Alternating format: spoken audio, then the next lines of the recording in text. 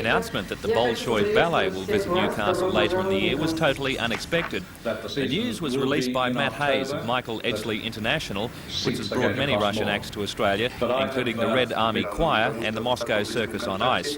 Mr Hayes says the Bolshoi booking for Newcastle follows the excellent response to the Russian dance company, which is appearing here until Sunday. Today's civic reception for the Russian dancers is the first they've received in this visit to Australia. They were officially welcomed by Lord Mayor Alderman John McNaughton. By the way, the Bolshoi Ballet will be in Newcastle for at least 4 performances in the middle of October. You'd better start saving your rubles now, because seats will cost $47 each.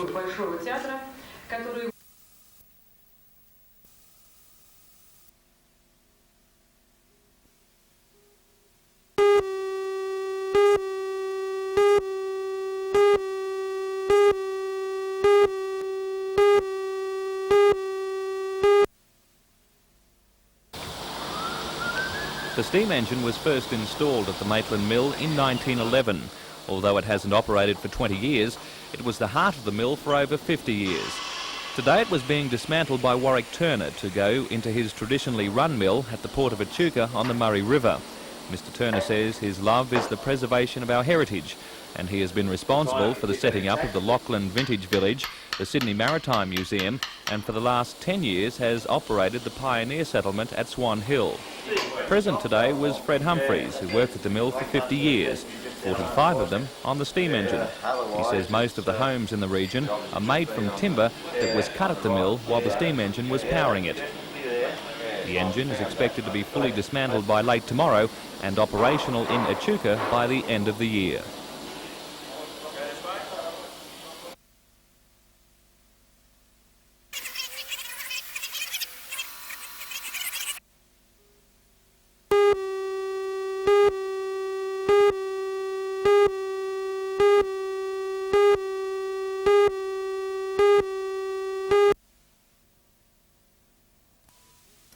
A report in this morning's Sydney Morning Herald says aspects of both the Tangara and the proposed high-performance train projects are under review. Opposition spokesman on Transport Bruce Baird says because of spending cutbacks following the May financial statement, the Tangara maintenance depot at St Mary's wouldn't be ready until 1988. Mr Baird says it's unclear at this stage whether the cutbacks would affect work on the Tangara project at Gininan at Broadmeadow. Meantime, a spokesman for Transport Minister Ron Mulock says the state government remains contractually committed to delivering 450 Tangara units to the SRA over the next 8 years. The spokesman says work on the Tangara project will go ahead on schedule, with the first trains due off the production line at Gininan in October. Meantime, Stockton Caravan Park residents and occasional users will approach the Department of Lands in their campaign to have sites at the park made available to permanent and semi-permanent residents. The residents have been told the site is to be developed as a tourist park. Caravanners believe a park without the income both permanent and semi-permanent residents provide would not be viable. The current lease on the site expires on Tuesday, and residents say they'll wait until a new lease is signed before they plan their next move. But they remain confident both permanent and semi-permanent sites will be allowed at the park under the terms of the new lease.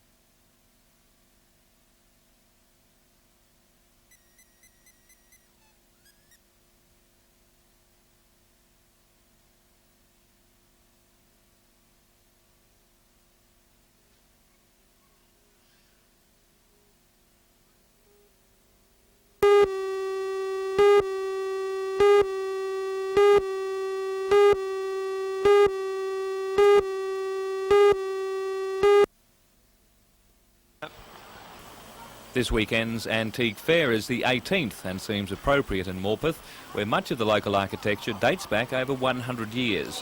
For the antique buff, on sale is jewellery, ruby glass, silverware, porcelain, furniture, linen and knickknacks. One of the oldest pieces up for sale are these Regency gilt bronze candlestick holders, valued at $1,400. Also for the enthusiast is this four-poster bed. All the way from Melbourne is Victoria's biggest Royal Dalton dealer. For sale was old, new and rare Dalton, including this prestige piece called The Moor, which sells for $1,560. At the fair you can also pick up some old magazines, including this 1946 copy of the Women's Weekly and a 1932 copy of Good Needlework. The fair is being held at the Morpeth Community Hall and continues tomorrow.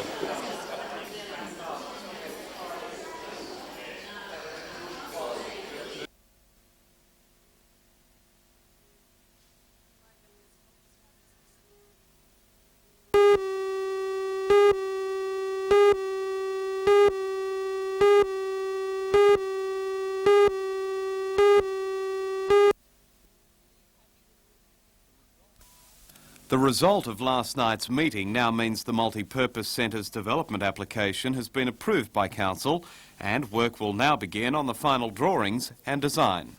Well, it now means that we're in a position of proceeding with the building application and the final drawings, the final determination of costs associated with it, and to do the final arrangements to make sure that it is the best possible multi-purpose centre that we're able to get. When complete, the $3 million multi-purpose bicentennial centre will provide facilities for a variety of community groups. The project, though, has met with opposition, but Alderman Jeff Pasterfield says he's satisfied the project has the support of the community and that Council dealt with the matter in a proper fashion. Well, I've been happy with the way it's been handled through Council right throughout. There's been endeavours, of course, by some aldermen to exploit the situation, but we're doing no more than anyone does who approaches the development of a building or a complex. We set about to obtain our estimates as near as possible. We made our applications to ensure that the funding from the bicentennial was there, and we've set about to ensure the means by which the council can procure the money that it needs from its own reserves so that it has the minimum impact on the community.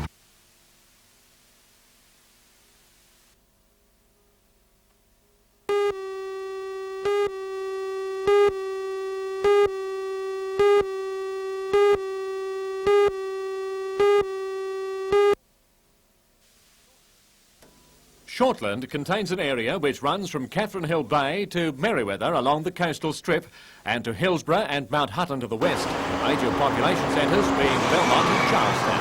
A 13.5% swing was needed to unseat Mr Morris, an impossibility. The candidate for the Australian Democrats, Derek McCabe, knows that, but wants to see the party represented to help the Senate push. Derek McCabe is 29, married with 2 children and lives at Rutherford. He's the Newcastle branch president of the Democrats and, professionally, is the administration officer at the Hunter Region Rehabilitation Service at Rankin Park. Well, I would like to send a very clear message to our leaders in Canberra to let them know that the Australian people are people, they're human beings, they're not just economic entities. And I think over the past couple of years, and particularly the last 2 or 3 weeks, we've seen politicians and would-be politicians trying to come up with solutions to our problems via economic solutions only. And the Australian people aren't fools, and I think they're getting a little bit sick and tired of not having their ideals and their visions included in what they want Australia to be. So I believe that the Australian Democrat policy will go well towards solving some of the problems in Australia, and the main part about the Australian Democrat policy that it involves people. So it's an Australian problem. We're involving Australian people to try and solve the problems, and not just by manipulating their hip pockets. Second on the Shortland ballot paper is the Liberal candidate Milton Kane. the president of the Swansea branch of his party. Milton Kane is aged 35, a panel beater by trade, originally from Perth, who has lived at New Lambton for several years now. Mr Kane is a veteran of one state election campaign and several federal polls. I believe the reason why they ought to vote for me rather than a sitting member is simple as far as it comes down to getting value for their money. After all, they are paying good dollars in taxes and they should be getting the value back. The hospital, for example, behind us, that is where the medical money should be spent, right down on the patient care. It shouldn't be spent on the departments, the heads of the departments. It should come right back down. And I think that that's what our whole tax cuts are about of the Liberal Party, is to deal with those services that the people need right in the community, right at the grassroots. Money's got to be spent there and not on investigations into things, but really on the people's needs. And I believe I can do that. I believe that that's what I'm about, is value for your dollar. So much for tax. Now, what about other issues affecting the electors? If they really want to make sure that unemployment comes down in this area and employment goes up, which must be the other side of it, they have to make sure that in Canberra there's going to be somebody who's going to stand up and to say this is what is needed in this area, that work is needed here, instead of just simply sitting back and saying, well, it's an area where we don't have to worry about, we have the control, we have the numbers, we'll look at some other seat where there is a fear for the particular government at that time. And finally, on the ballot paper, sitting ALP member Peter Morris, Minister for Transport since 1983, with aviation added to his duties a year later. Sydney-born, Mr Morris came to Newcastle in time to be educated at Newcastle Boys High and Newcastle Tech, and owned a wholesale and retail specialty foods business before elected to Parliament in December 1972. Peter Morris is 55, married with 4 children, and lives at Charlestown. Well, the choice is a very clear one. It's a choice between the division, the insecurity, the instability and the squabbling of the range of opposition parties, 3, 4, 5, 6, however many there are, and the stable, competent, sound management of the Hawke government over the past 4.5 years. A very clear choice. It's a choice for that stability, that strength, that competence and that development of this region and Australia in the future. It's the people of Shortland, though, you'll be asking to vote for you personally. What can you say to them? Well, to them, they benefit from that stability, that growth that's occurring in the economy, that increase in competitiveness, that security of jobs that's developing throughout Australia. Some 800,000 new jobs in the last 4.5 years, and Shortland gets its share of that. Shortland's very much a dormitory area. People live in Shortland electorate, work in other electorates. But they're part of the national picture, and they're very much part of the national picture. I mean, regionally, locally, Shortland benefits very much from that $500 million road improvement program, the National Highway link to Sydney, bringing people closer to Newcastle, more jobs, more tourism, more commercial opportunities, and Shortland's very much a part of that regional and national picture. So much for Shortland. The 6th in our series of 8 electorate reports will examine the northern seat of Lyne tomorrow night.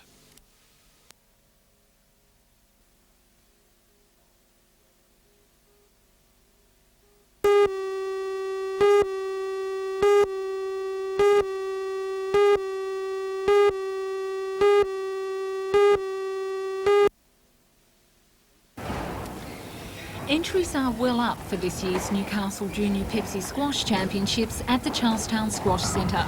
Over the next 4 days, more than 200 competitors will contend for the titles in the 11, 13, 15, 17 and 19 years age divisions.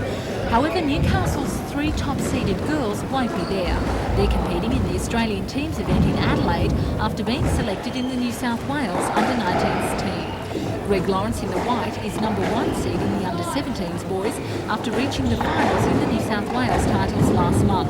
But Newcastle's hopes will rest with Cessnock player David Hearn, tipped to be the local favourite to make it to the finals. Brant McIntosh in the yellow will be contending the under-15s titles, and it won't be an easy job. The event has attracted 7 of the state's top 10 players in that division. First round games and semis will continue until Thursday, and the finals in each age group will be played. All are tipped to be crowd pleasers.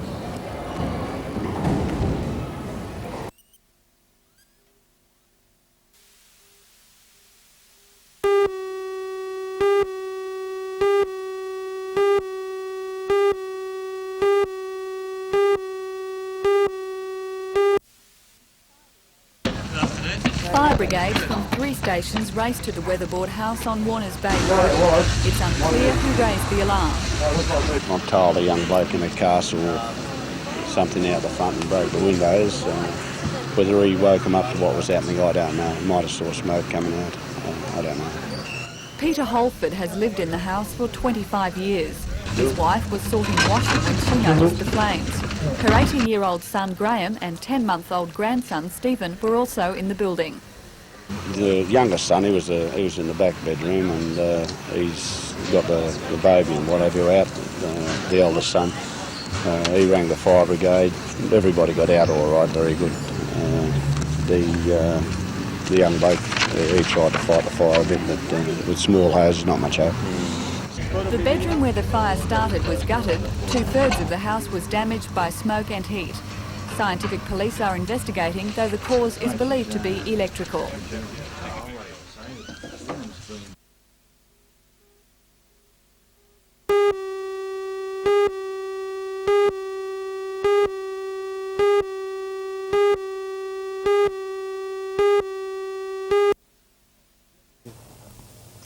This is the 8th year the viticulture seminar has been held, and once again it's attracted good support from wine and table grape producers in the Hunter and on the Central Coast.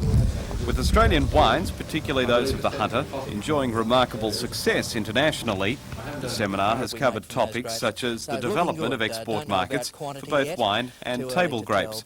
As well, the latest developments in pest and disease control, a major concern for vineyard owners and managers, have also been discussed. Through those years, the Tocal Viticulture Seminars, and this is the 8th, has been an important forum to update mainly grape growers and vineyard managers in the latest developments that are taking place not only here in New South Wales but in other states.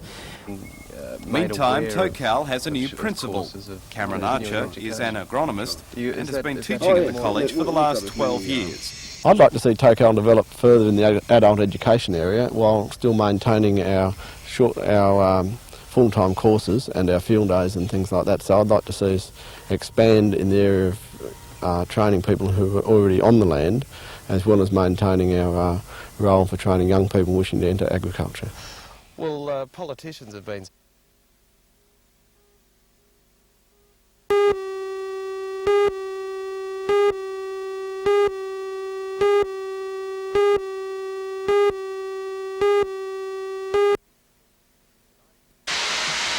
In tonight's news at 6, Federal Minister for Industry, Technology and Commerce, Senator John Button, today visited the national textile plant at Rutherford. Senator Button used the visit to attack the opposition party's industry policies that he says were hastily developed. For all the news, join us tonight at 6.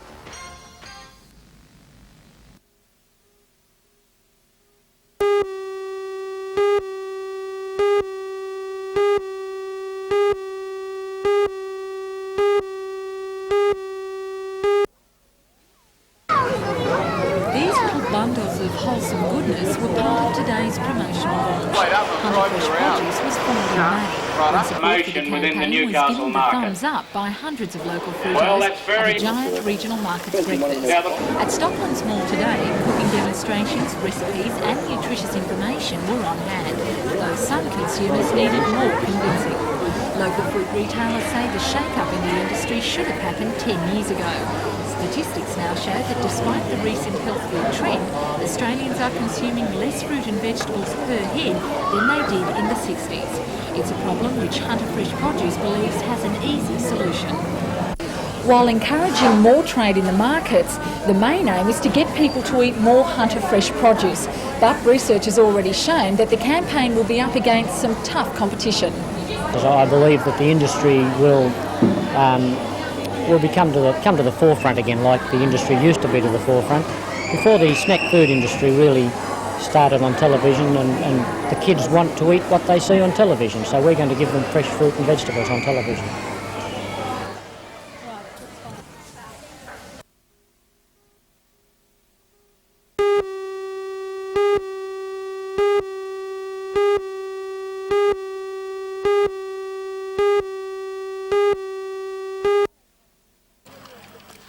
cross teams from all over New South Wales gathered this weekend at Rosebrook Farm near Muswellbrook for a two-day carnival.